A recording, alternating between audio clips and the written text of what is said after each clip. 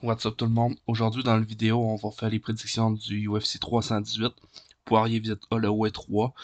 On va commencer par les préliminaires, on va finir par le combat principal comme d'habitude. Puis à la fin du vidéo, ben, il va y avoir la petite partie de mise Bet99 que je fais toujours. On est deux en deux, on continue sur notre lancée. Bon visionnement. Premier combat de la soirée, Carly Judith vs Nicole Cagliari. On perdra pas trop de temps là-dessus. Je vais y aller directement avec Carly Judith, qui est vraiment plus grande que Nicole Cagliari.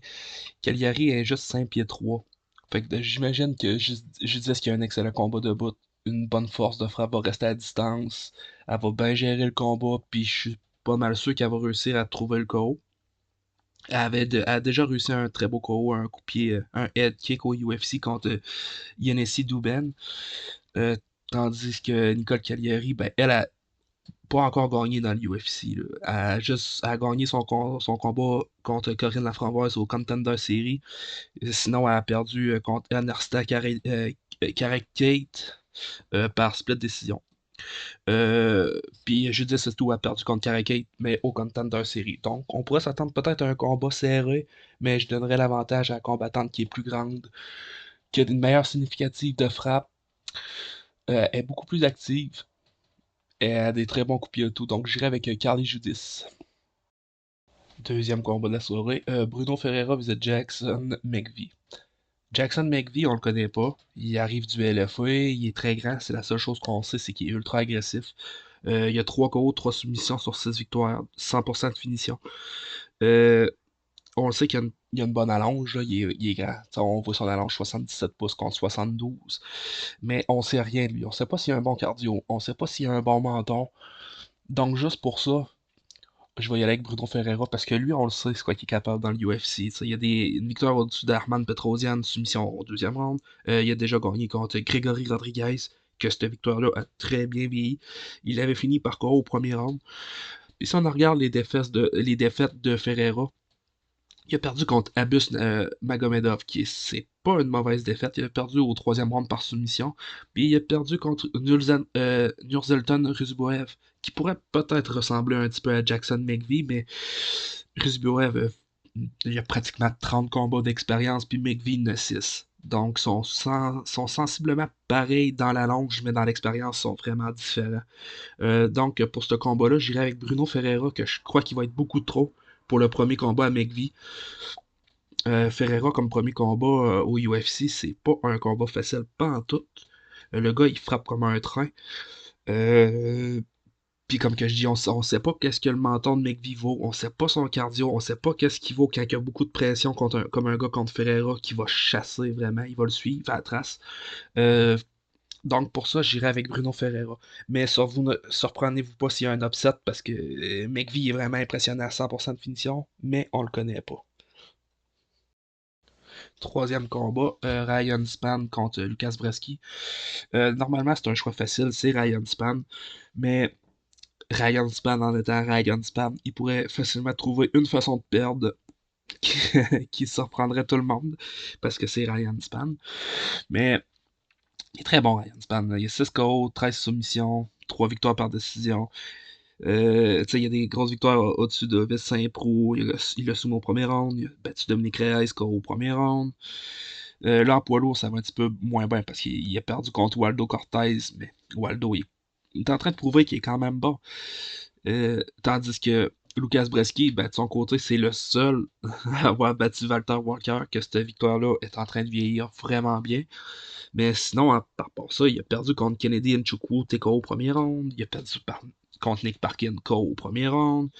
Contre Waldo Cortez Acosta aussi, par KO au premier round. Donc, avec la force de frappe de Ryan Superman Span, je pense que il y a un moyen de Span d'aller trouver le KO. Mais est-ce qu'il va l'avoir? Je sais pas. Mais j'irais peut-être avec un Ryan Span qui pourrait trouver une finition, mais j'irais probablement avec la décision. Donc, Ryan Span pour ce combat-là, par décision ou par KO. Parce que Breski, il s'est quand même fait finir 4 fois par KO. Donc, Ryan Span, il y a une option là. Quatrième combat, lui, il risque d'être un petit peu intéressant parce que je pense que ça fait un petit bout qu'on n'a pas vu les deux, là. Jimmy Crute visite Martin Prachnio. Euh, J'irais avec Jimmy Crute pour ce combat-là. Jimmy Crute est un combattant très complet, 5 KO, 4 soumissions, 3 décisions. Tandis que Martin Prachnio, c'est plus un cogneur. C'est 11 KO, une soumission, puis 5 décisions. Puis il a perdu également 4 fois par KO. Donc, pour ça, Jimmy Crute, qui a quand même des bonnes victoires, là, Modestas Bukauskas, il a mis KO au premier round, il a soumis Michael Oleksiejczuk au premier round, puis les défaites à Jimmy Crute, ça paraît quand même bien, là. Il a perdu contre Jamal Hill. Jamal, on le sait, c'est un gros carrière. Il avait gagné au premier round. Ben, Jimmy Crute a perdu au premier round, il a gagné. Il s'est fait soumettre par Alonzo Menifield au deuxième round, mais il y a aussi une égalité avec Minifield. Donc c'est 1 à 0.5 pour Minifield.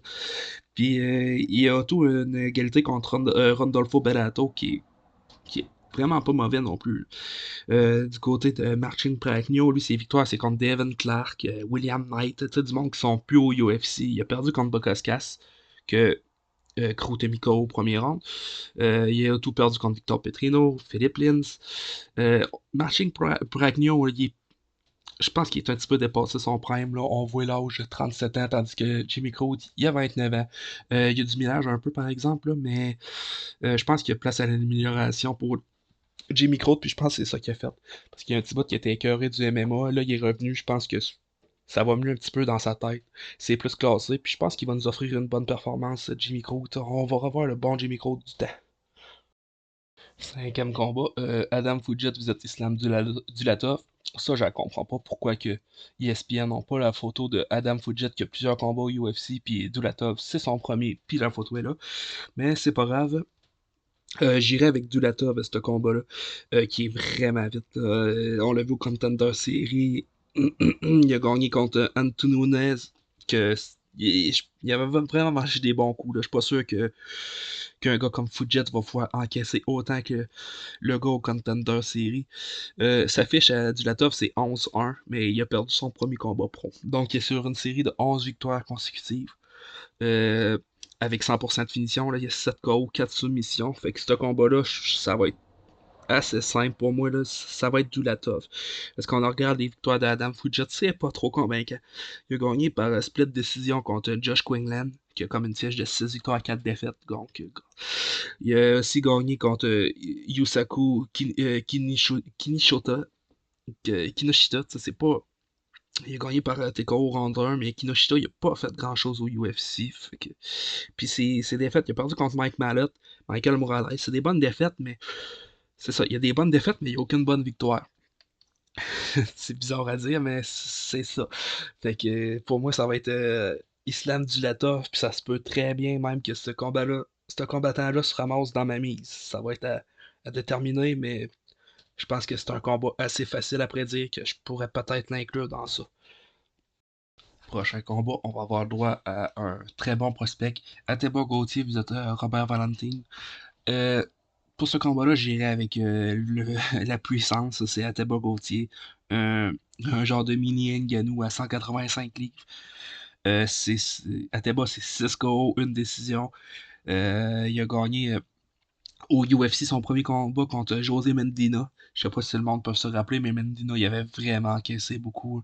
Il a tout gagné au Contender Series. C'est là qu'il a eu son contrat. Il a gagné contre Yura Naito au TKO au deuxième round. Tandis que Robert Valentine, lui, c'est 10 victoires, 5 défaites. Mais dans ses 5 défaites, c'est 2 KO, une soumission, puis 2 décisions. Puis ses victoires, 3 KO, 6 soumissions. C'est un excellent combattant au sol. Ben, c'est surtout qu'il est imprévisible. Il est imprévisible debout. Il y a des très dangereux coups de coude. Il est bon au sol. C'est ça. C'est un combattant qui est imprévisible. C'est dur à avoir un gameplay contre ce gars-là. Euh, Puis c'est quand même dur aussi d'avoir un gameplay contre Gauthier qui frappe vraiment fort. Ce combat-là va vraiment être. Je pense que ça va être un bon combat. Mais j'irai avec Ateba Gauthier, que je pense qu'il va continuer sur sa lancée, puis devenir un peut-être pas un très grand prospect, là, mais il va venir un des plus puissants de la catégorie. Je penserais, là, ça va être le cogneur de la catégorie. Donc, J'irai avec la jeunesse pour ce combat-là. J'irai avec Ateba Gauthier qui a une plus longue allonge. Euh, c'est sensiblement ça. Ça va être Ateba Gauthier qui va sortir gagnant de ce combat-là. Puis je vois un KO sur ce combat-là. Septième combat. Francisco Prado, vous êtes Nikolai Veretnikov. Je vais y aller encore avec la jeunesse. Francisco Prado qui est vraiment impressionnant. C'est un très bon boxeur. Ça fiche 12-3, 6 KO, 6 soumissions. On voit 12, sur 12 victoires, c'est 100% de finition. Ses 3 défaites, c'est 3 décisions. Au UFC, il a gagné contre Otman Aizatar. KO première. C'est pas la meilleure victoire, mais ça reste qu'il a gagné au UFC. C'est un petit détail que Veretnikov n'a pas été capable de faire. Euh, de, Francisco Prado, il a perdu des combats contre Jake Matthews, qui vient de gagner la semaine passée, qu'on a vu, qui peut être très bon. Il a gagné sur Chilin Jukwani en 1 minute 9, si je me trompe pas. Il a perdu contre Daniel Zuluber, qui se bat plus tard dans la carte, qui est extrêmement bon, qui est très grand. Il a aussi perdu contre Jamie Mullarkey, mais c'était son premier combat au UFC. Puis Mullarkey, comme premier combat, ça peut être tricky un peu parce que c'est un bon bagarreur. Puis Prado, ben, il s'est fait prendre un peu parce que lui aussi, c'est un bon bagarreur. Puis il a perdu aux yeux des juges. Mais c'est rien de grave pour son âge. Il a 23 ans. Puis quand ce combat-là a eu lieu, je crois qu'il avait comme 19 ou 20 ans. Fait que il s'est amélioré, là. Puis il y a encore de la progression, ce gars-là, c'est sûr et certain. Tandis que Veretnikov, ben, c'est un petit peu le contraire. À 36 ans, je pense que sa progression est pratiquement finie. Il a atteint son top, puis il est peut-être même en redescendant. Euh, Ça fiche 12-6, 9 KO, une soumission, 2 décisions. Puis il a perdu 2 fois par KO, une fois par soumission, 3 fois par décision. Comme lui, je disais, il a gagné aucun combat dans l'UFC. Son dernier combat, c'était contre Monsieur Van Zandt, Austin Vanderford, que ça en avait surpris une coupe parce que Vanderford est arrivé en short notice, puis il a gagné. Et il a knocké Verenikov au deuxième round. Ben, non, ok. TKO au deuxième round. Il a perdu contre Danny Barlow, qui est pas une mauvaise défaite, parce que Danny Barlow est vraiment bon. Puis il avait perdu contre. Il avait perdu par split décision. Puis il a également perdu contre Michael Morales au Contender Series. Fait que là-dessus, il y a 3 défaites. 2 défaites contre vraiment des bons, puis une défaite Vanderford qui était un petit peu inattendue. Donc, ce combat-là, j'y vais avec la jeunesse. Francisco Prado, qui va avoir une méchante bonne boxe. Puis Verenikov, je pense qu'il va avoir de la misère à trouver son rythme contre un gars comme Prado. Prochain combat, on s'en vient dans les gros noms un petit peu plus. Marvin Vettori, vous êtes Brandon Allen. Jamais que je vais prendre pour Marvin Vettori. C'est pas que je l'aime pas, mais c'est Marvin Vettori, là, il a pas grand chance de finition. Quand tu veux qu'il gagne, il va gagner par décision. Puis c'est dur de gager quelqu'un qui a pas d'autre finition vraiment. Euh, Ses dernières victoires, c'est contre Roman Dolidze, décision unanime. Paulo Costa, décision unanime. Il a perdu contre Dolidze également, décision unanime. Puis contre Cannonier, décision unanime. Tandis que Brandon Allen, il est plus un finisseur, là. On voit 5 KO, 14 soumissions, 5 décisions. Ses dernières victoires, il a gagné contre Chris Curtis par split décision. Que c'était vraiment serré. Il y a également, ça c'est quand même impressionnant là, parce qu'il a soumis Paul Craig. Puis Paul Craig, le monde a tout peur d'aller au sol avec. Il a aussi soumis le lutteur André Muniz, que c'est quand même pas facile. Euh, il a perdu contre Fluffy Hernandez, qui va se battre prochainement dans un combat principal. Il a également perdu contre Nazourdine, qui s'en va probablement à la ceinture à son prochain combat. Donc, c'est pas des mauvaises défaites, le Brandon Allen, ces dernières. Fait que, dans ce combat-là, je pense que Brandon Allen, il y a plus de possibilités, mais Vettori, ça va. Je sais pas c'est quoi que Vettori va pouvoir faire. Il va foncer, il va se faire accoter contre la cage. Ça se peut que Vettori aille chercher ça par décision. Mais j'ai toujours un petit plus pour mettre les gars qui font des finitions. Donc, juste pour espérer voir une finition, j'irai avec Brandon Allen. Mais ce combat-là va être extrêmement serré. Mettez pas ça dans vos mises. Pas pantoute, parce que ça peut aller d'un bord comme de l'autre. Mais je donnerais un petit avantage à Brandon Allen. Neuvième combat de la soirée. Sur ce combat-là, je vais peut-être en surprendre plusieurs. C'est Kyler Phillips visite Vinicius Oliveira. Puis j'y vais avec Kyler Phillips. Kyler Phillips, que je pense qu'il va outstriker Oliveira par sa vitesse. On le sait qu'il est extrêmement vite. Euh, Puis il y a des grosses victoires, là. Il a déjà gagné des combats contre Sang Yadong. Raoni Barcelos, que cette victoire-là avait pas fait parler beaucoup, mais là, Barcelos est revenu sur quand même une bonne séquence, fait que ça vieillit bien, cette victoire-là, là. Puis sa dernière défaite, c'est contre Rob Font en 5 rounds, qui était le premier combat de Kyler Phillips en 5 rounds. Mais là, c'est un combat de 3 rounds. Phillips, il va avoir plus d'énergie à dépenser en moins de temps. Fait que, donc, je pense qu'il va donner beaucoup de volume à ce combat-là. Puis Vinicius Oliveira, lui, sa grosse victoire, c'est contre Bernardo Sopai, son coup de genou au troisième round. Mais honnêtement, je pense qu'il perdait ce combat-là contre Sopai. Donc, puis Phillips, il est à un niveau, vraiment des niveaux du Sopai. Euh, il a gagné par décision contre Ricky Simon, décision contre Saïd Nurmagomedov. Ça, c'est une très bonne victoire à Saïd. Euh, il a perdu contre Ali Taleb, qui est même pas dans le UFC, là, il est au PFL Europe présentement. Il a également perdu par KO contre Christian Quinones. Dans le fond, Oliveira, c'est ça, il a une très bonne fiche, 22-3. Mais c'est trois défaites par KO. Comme un gars rapide, puis je pense que Kyla Philippe a une plus grande allonge un petit peu. Exactement, il y a 72, puis l'autre a 70,5. Je mets la rapidité du côté de Kyla Phillips. Euh, son activité et tout. Il va être beaucoup plus actif dans le combat. Il va reculer. Il a un meilleur jeu de jambes. Je pense que Oliveira va essayer de courir tout le long après Phillips. Puis Kyler Phillips va se sauver avec les deux premiers rounds, à peu près sûr. Puis peut-être même le troisième. Mais je suis certain que Oliveira il va combattre de l'arrière tout le long. Puis contre un gars contre Phillips qui est ultra rapide, c'est vraiment dur d'aller chercher ça. Dixième combat. Vétéran visite prospect. Michael Johnson visite Daniel Zeluber. Ça va être le prospect. Ça va être Daniel Zeluber. euh, qui est vraiment bon, là. On a vu ses derniers combats contre. Pas son dernier exactement, mais un de ses derniers contre Esteban Ribovic, qui avait perdu par split décision. C'était un méchant combat. Si je me trompe pas, c'était un combat à se faire. Aller voir ce combat-là, c'était hallucinant. C'était par split décision, mais ça aurait aussi bien pu aller à Zeluber. Mais c'est allé à Ribovic. Puis ses autres victoires, il a quand même gagné contre Lendo Venata, qui est un tricky, là. Puis gagné aussi contre Francisco Prado. Donc Zeluber, je pense qu'il va aller loin, pareil, dans le UFC. Il a seulement 26 ans, il est grand, il a une bonne allonge, et son stance, il est switch, il est capable de se battre des deux côtés, il frappe beaucoup dans les combats. Tandis que Michael Johnson, c'est un vétéran, on le voit 23-19, il y a beaucoup de combats. Euh, mais c'est ses victoires, ses dernières victoires qui font un petit peu mal, là. Il a gagné contre Otman Aizaitar, KO au deuxième round. Ok. Darius Flower, décision unanime. Marc Diakesi, décision unanime. Euh, puis ses dernières défaites, il a perdu contre Diego Ferreira par KO. Euh, puis je sais que Ferreira, il est vraiment, il est non orthodoxe. Tu sais pas à quoi t'attendre, mais si un gars comme Ferreira est capable de te mettre KO, je crois qu'un gars comme Zeluber va être capable également. Puis Johnson a également perdu contre Jamie Malarkey par split décision. Donc, je pense que je verrais un Daniel Zeluber gagner ça assez. Je suis assez confiant qu'il va gagner ça, là. Il s'est jamais fait finir.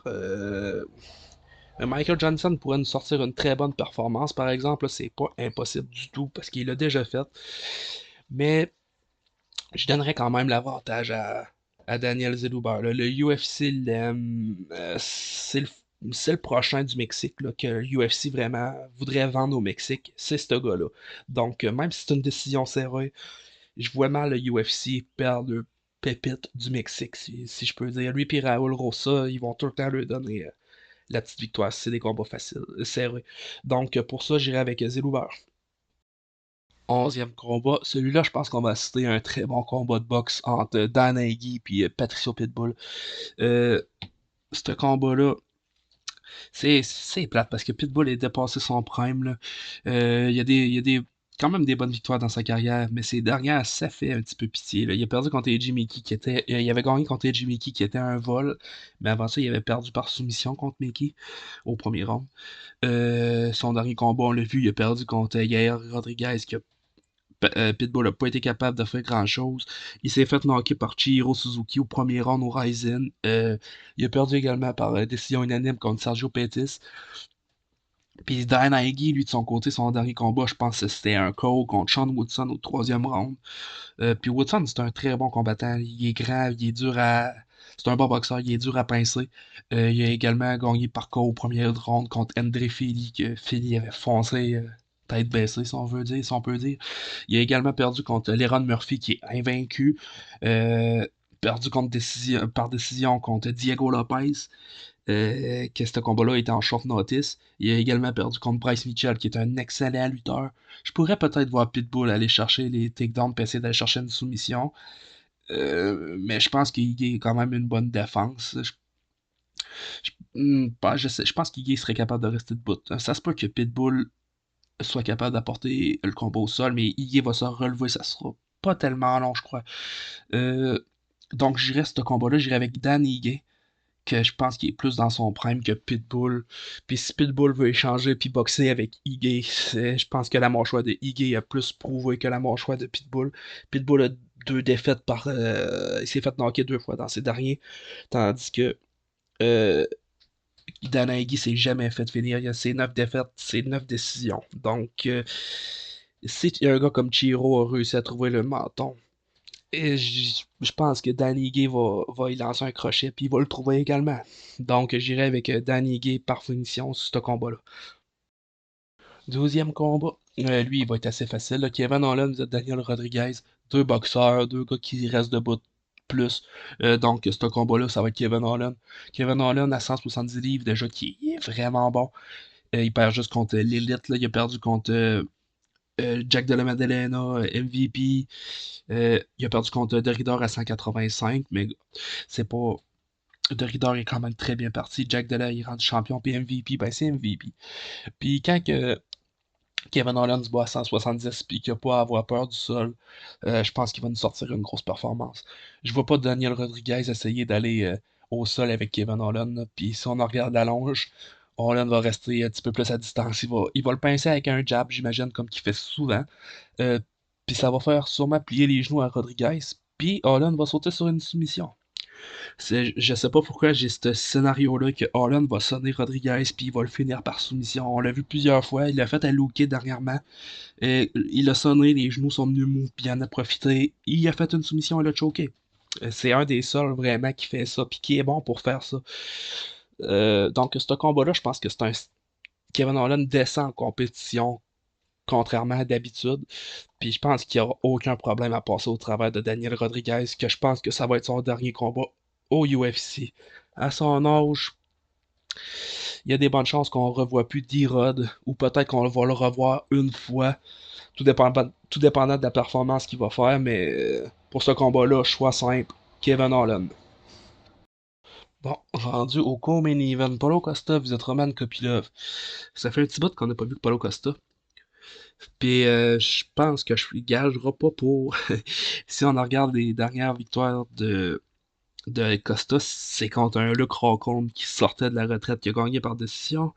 Avant ça, il avait gagné contre Yoel Romero, qui doit être rendu proche de 50 ans. Il avait gagné par décision unanime. Il a perdu contre Sean Strickland, qui avait fait un bon combat, mais il avait perdu par décision partagée. Il a perdu contre Whittaker, décision unanime. Vettori, décision unanime. Dans les derniers temps pour Costa, ça fait un petit peu plus dur. Il est, il est vendeur, il parle, puis tout le kit, là. Mais ses performances, c'est plus ce que c'était. Tandis que Kopilov, lui, ben, il est silencieux, mais il gagne. Il a gagné contre Chris Curtis TKO au troisième round. On s'en souvient que c'était un petit peu douteux, là. Il restait 10 secondes, peut-être moins de 10 secondes au round, puis l'arbitre avait collé ça, fini. Puis Curtis il était sonné, là, mais il était pas out. Il a également gagné contre César Almeida par split décision. Puis à César Almeida, pour ceux qui savent, c'est un excellent kickboxer, là. Je peux pas dire c'était quoi sa fiche en kickboxing, mais je sais qu'il était. En MMA, il était invaincu avant cette défaite-là. Hum, Puis c'est un gars qui cogne extrêmement fort, puis Kopilov l'a quand même battu. Puis dernièrement, il a perdu contre Fluffy Hernandez, mais Fluffy étouffe tout le monde avec sa lutte, là, il met de la pression, c'est un autre mérable au final, Fluffy. Euh, donc, ce combat-là, je pense que ça va être un combat qui va rester debout. Je donnerais l'avantage à Roman Kopilov. Parce que aussi, si le cardio de Costa peut laisser à désirer comme Kopilov un petit peu, mais si Kopilov garde son calme, puis qu'il embarque pas trop dans les échanges coup pour coup, je pense qu'il va, je pense qu'il va avoir assez de cardio pour toffer jusqu'au troisième round.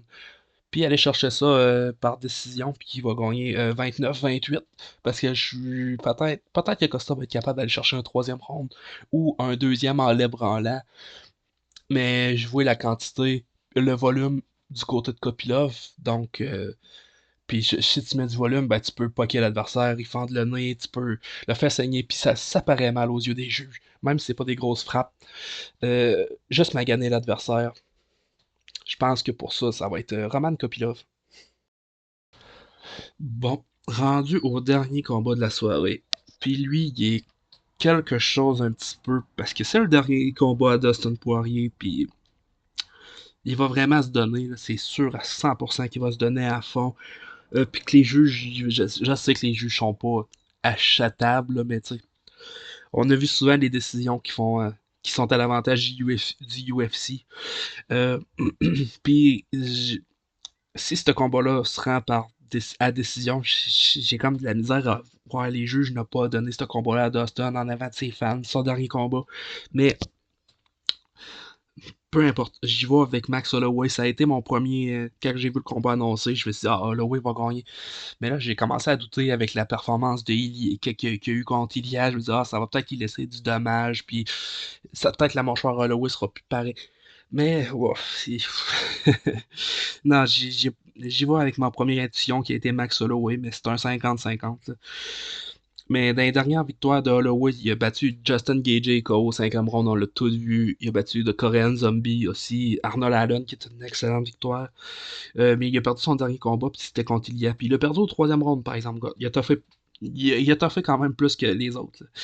Tandis que Poirier, ses dernières victoires, il y a une coupe d'astérix, ça, si on veut. Là. Poirier, c'est un guerrier, on le sait. Mais il a gagné contre Benoît Saint-Denis, puis Benoît Saint-Denis, on le sait, il y avait le staph infection. Donc, il était ses antibiotiques. Puis il n'y avait plus de gaz au deuxième round. Poirier l'a fini au deuxième. Le résultat aurait peut-être été pareil avec un Benoît Saint-Denis à 100%. On ne saura jamais. Euh, il a aussi gagné par soumission au troisième round contre Chandler. Chandler, on l'a vu, c'est plus. C'est pas une victoire qui vieillit tellement bien, là. Il perd contre pratiquement tout le monde du top. Euh, Puis sinon, avant ça, une de ses dernières victoires remonte. C'était Connor. Quand Connor s'est cassé la jambe. Donc, les dernières victoires. Sa dernière victoire vraiment legit, c'est contre Chandler. Donc, c'est ça. C'est pour ça que je prends Holloway, que lui, il a gagné contre Gage et Arnold Allen. T'sais, il a gagné contre la grosse compétition. Là. Tandis que Poirier, il a pogné de la grosse compétition. Mais il a perdu contre Islam. Il s'est fait soumettre au 5e round. C'est vraiment bon, mais il a perdu. Euh, il s'est fait mettre encore par Gage, puis Holloway, il a knocké Gage. Je sais que les maths, ça marche pas, mais Poirier n'a pas été capable de chercher cette victoire-là. Puis il a également perdu contre Charles Oliveira au 3e round. Donc, j'aimerais voir Poirier gagner pour son dernier combat, puis se retirer avec une victoire. Mais je peux pas y aller contre Max en voyant les stats, puis Max à 155 livres, on l'a vu, il a très bien fait. Donc, pour moi, ben, ça va être Max Holloway pour ce combat-là. Bon, c'est le petit bot où que je fais les mix Bet99 pour ceux qui aiment parier. Euh, Là, je vais encore avec une mise qui va être un petit peu plus risquée parce que c'est des nouveaux, puis c'est Kevin Holland. Mais je vais avec Islam Dulatov qui est coté à 1.17 contre Adam Fujit. Je rajouterais Ateba Gauthier 1.17 également. Puis tu mets Kevin Holland 1.21. Donc, pour un total de 1.66. Comme que je dis toujours, tu mets pas de manière de finition, tu mets juste pour la victoire. Donc, pas de KO, pas de soumission. Puis tu te ramasses avec une cote de 1,66. Donc, tu mets 10 piastres, tu fais 6,58 de profit. Donc, tu te ramasses avec 16,58. C'est pas la meilleure mise encore, mais pour moi, juste pourvu que tu sois au-dessus de 1,50, ça le fait. Si tu mets 10 piastres, t'en gagnes 5. C'est déjà très bon. D'accord. Donc, c'est ça. Pour une mise de 1,66, une cote de 1,66, tu mets Dulatov, Ateba Gauthier, puis Kevin Holland. Puis il y a des bonnes chances que ça passe.